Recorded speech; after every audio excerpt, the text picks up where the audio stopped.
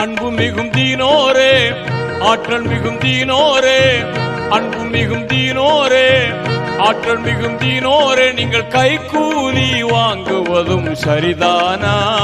மார்க்க நெறிதானா? நீங்கள் கைக்கூலி வாங்குவதும் சரிதானா? மார்க்க நெறிதானா? அன்பு மிகும் தீனோரே, ஆற்றல் மிகும் தீனோரே, கைக்கூலி வாங்குவதும் சரிதானா? மார்க்க நெறிதானா? இது சரிதானா? இது முறைதானா?